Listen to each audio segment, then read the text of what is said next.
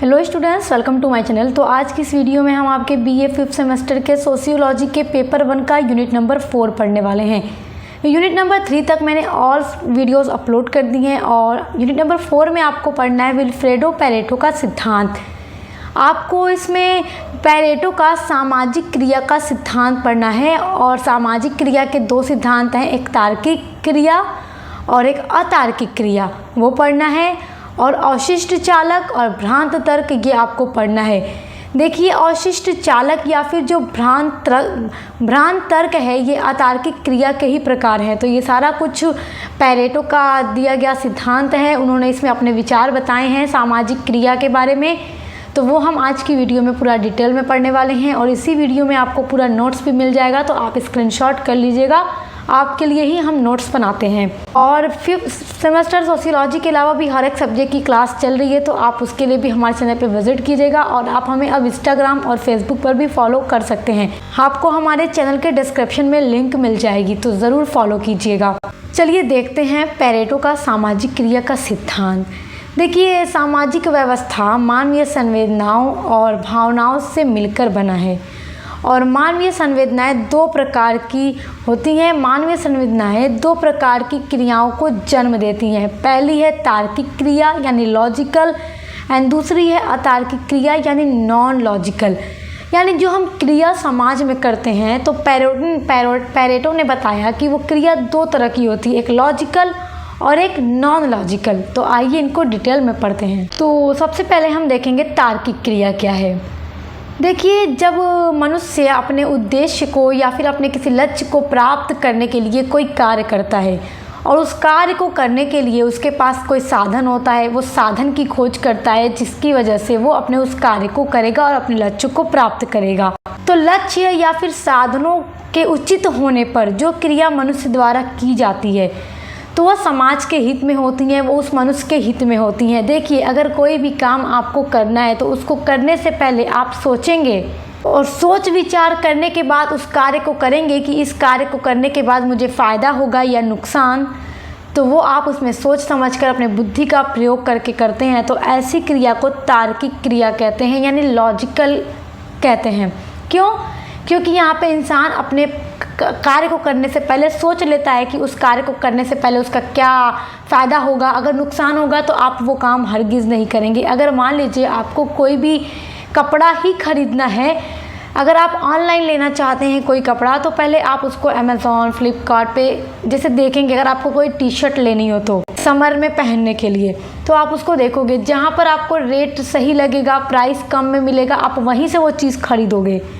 तो आप यहाँ पे पहले अपना फ़ायदा देख रहे हो कि मुझे कहाँ से फ़ायदा हो जाएगा, कहाँ से मुझे चीज़ें सस्ती मिल जाएंगी। अगर आपको ये पेन ही लेना है, आप ऑनलाइन फ्लिपकार्ट अमेज़ॉन हर जगह से चेक करोगे, जहाँ से आपको सस्ता मिलेगा आप वहीं से लोगे, क्योंकि चीज़ें तो वही होंगी, बस आपको सस्ती मिलेंगी। तो आप यहाँ पे अपना फ़ायदा सोच रहे हैं, अपने उद्देश्य को पाने के लिए अपने फ़ायदे के बारे में सोच रहे हैं। अगर आप महंगा लेंगे तो आपका जो रुपया है वो बर्बाद भी जाएगा, ज़्यादा जाएगा।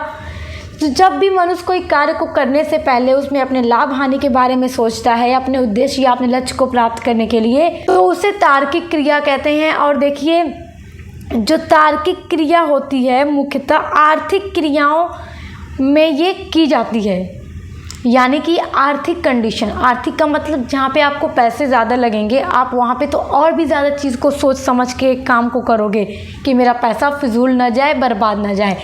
तो उस तरह की क्रिया को, उस तरह के काम को हम तार्किक क्रिया कहते हैं, जहाँ हम सोच विचार करने के बाद उस काम को करें। अब देखिए, दूसरा है अतार्किक क्रिया यानी नॉन लॉजिकल।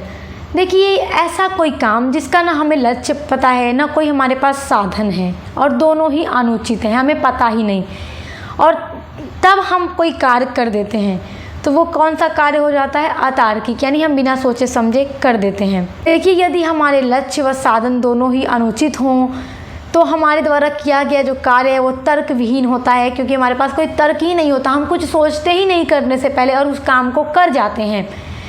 तो ऐसी जो क्रियाएं होती हैं वो अतार्किक क्रिया होती हैं। ये उचित व अनुचित को केंद्र में नहीं रखती कि अगर मैं ये काम करूँगी तो मुझे फ़ायदा होगा या नुकसान होगा। उचित या अनुचित को नहीं तर्क में रखती, मतलब उस पर केंद्रित नहीं होती कि अगर मैं ये काम करने जा रही हूँ तो पता नहीं मुझे अगर फ़ायदा ना हो, नुकसान हो जाए तब। तो ऐसा इसमें कुछ भी नहीं होता और इस तरह की क्रियाएं भी समाज में पाई जाती हैं। जैसे मान लीजिए आप रोड पर से आ रहे थे, आपने एक गरीब को देखा और आपने उसे 100 रुपया दे दिया। बस वो बेचारा, उसके पैरों में चप्पल नहीं है, उसका कपड़ा एकदम फटा पुराना है, तो आपको बहुत मतलब सहानुभूति हुई उसके साथ और आपने उसे 100 रुपया दे दिया। ठीक है, बिना सोचे समझे आपने 100 रुपया दे दिया उसकी मदद करने के लिए। तो यहाँ पे आपने कुछ सोचा नहीं कि मेरा पैसा जा रहा है, आपने बिना कुछ सोचे समझे उसे 100 रुपया दे दिया। लेकिन अगर आपको 100 रुपये का पेन ऑनलाइन ख़रीदना रहे तो आप देखोगे कहाँ मुझे 90 का मिल रहा है, कहाँ मुझे 80 का मिलेगा। ठीक है, तो वो तार्किक क्रिया होती है।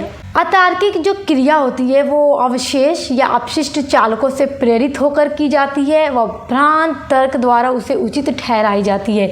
देखिए, अतार्किक क्रिया में 2 प्रकार होते हैं। एक होता है अवशेष, जिसको अपशिष्ट चालक भी कहा जाता है। तो जब भी हम कोई अतार्किक क्रिया कर देते हैं, जब भी कोई हम ऐसा काम हम समाज में कर देते हैं जो बिना सोचे समझे कर देते हैं, तो हम अपशिष्ट चालकों से प्रेरित होकर कर देते हैं और भ्रांत तर्क द्वारा हम उसे उचित ठहराते हैं। कि अब जैसे आपने 100 रुपया दे दिया गरीब को, तो आपने बिना कुछ सोचे समझे दे दिया, तो आप अपशिष्ट चालकों से प्रेरित हो गए। देखिए, अतार्किक जो क्रिया होती है मनुष्य कब करता है? प्रेम में आके करता है, या कुछ उसके अंदर भावनाएं होती हैं, सहानुभूति, रिवाज, परंपरा, इन सबों से प्रेरित होकर मनुष्य अतार्किक क्रिया करता है। जैसे अगर कोई लवर है तो अपने लवर के लिए क्या करेगा कि चाँद तारे तोड़कर लाने की बात करेगा बिना सोचे समझे, जबकि ऐसा हो नहीं सकता। तो वो अतार्किक क्रिया है कि बिना सोचे समझे प्रेमी प्रेमिका से कुछ भी कहते हैं, तो वो अपनी भावनाओं से प्रेरित होकर कहते हैं। तो जैसे मैंने आपको भी एक एग्जाम्पल दिया था कि आपने रास्ते में गरीब को देखा, 100 रुपया दे दिया, तो ये आपका अतार्किक क्रिया थी और आपने अपशिष्ट चालक यानी आपने अपशिष्ट चालक से प्रेरित होकर दिया। आपको उस पर सहानुभूति यानी आपको दया उस पर आ गई, तो आपने दे दिया। तो अब आप उसको कैसे उचित ठहराओगे? भ्रांत तर्क के द्वारा। तो पैरेटो ने बताया कि अगर कोई व्यक्ति अतार्किक क्रिया कर जाता है तो उसको उचित ठहराने के लिए भ्रांत तर्क का प्रयोग करता है।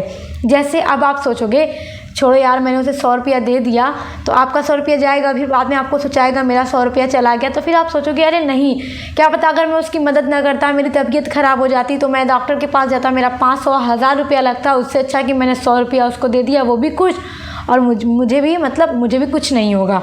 तो उसे कहते हैं भ्रांत तर्क। कि अपने द्वारा जो अपशिष्ट चालक से प्रेरित होकर हम कार्य करते हैं उसे भ्रांत तर्क के द्वारा हम उचित ठहराते हैं। तो आइए अब इसको और अच्छे से समझते हैं। अतार्किक क्रिया के प्रकार: अवशेष और अपशिष्ट चालक या फिर भ्रांत तर्क। वैसे यहाँ पे मैंने आपको अच्छे से समझा ही दिया है, तो आप समझ गए होंगे। आगे इसको और अच्छे से समझ लीजिए। हाँ, तो देखिए, अवशेष यानी कि अपशिष्ट चालक भी इसको कहते हैं। इसको इंग्लिश में कहते हैं रेजिड्यूज। तो आप इंग्लिश के वर्ड को याद करने की पूरी कोशिश कीजिएगा कि आप याद कर लें, क्योंकि हिंदी में जो वर्ड्स होते हैं, जो शब्द होते हैं, वो अक्सर एग्जाम में बदल कर भी आ जाते हैं। तो आपको इंग्लिश में पता रहेगा तो क्वेश्चन आपका हिंदी इंग्लिश पेपर में दोनों आता है, तो आपके लिए आसानी रहेगी। अब जैसे अवशेष आप पढ़ कर जाएँ और अपशिष्ट चालक दे दे तो आपको न पता हो, तो आप रेजिड्यूज देखकर पता लगा लेंगे कि हाँ, यही क्वेश्चन पूछ रहा है। तो इससे काफ़ी ज़्यादा हेल्प हो जाती है। ठीक है, तो चलिए देखते हैं।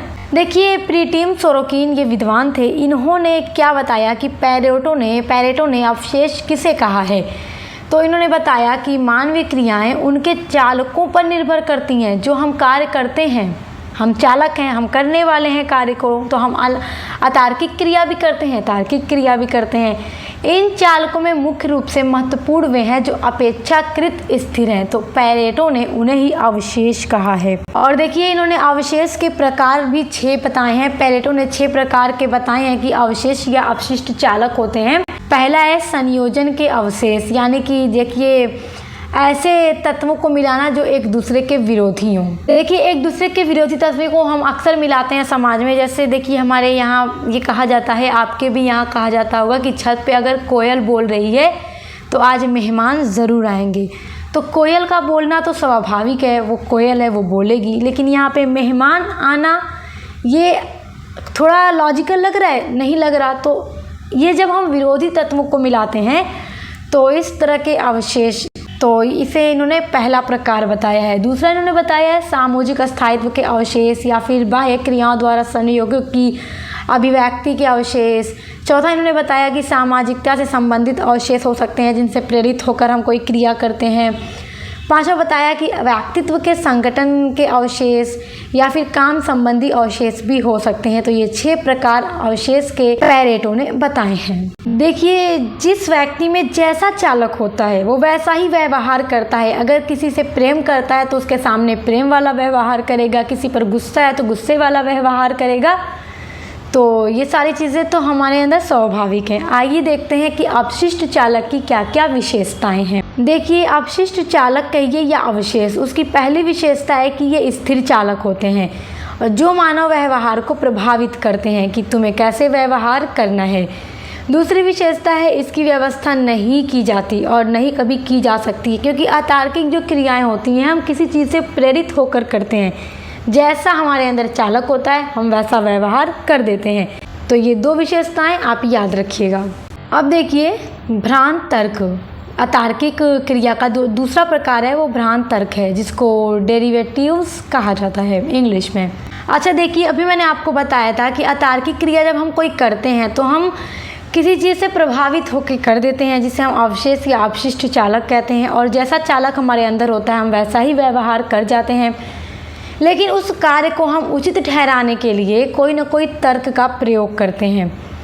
तो देखिए, मनुष्य अपनी भावनाओं से वशीभूत होकर बहुत से कार्य करता है और जो भी अतार्किक क्रियाएं होती हैं हम भावनाओं से प्रेरित होकर करते हैं, प्रेम से करते हैं, गुस्से में कर जाते हैं या किसी के सहानुभूति के प्रति कर जाते हैं।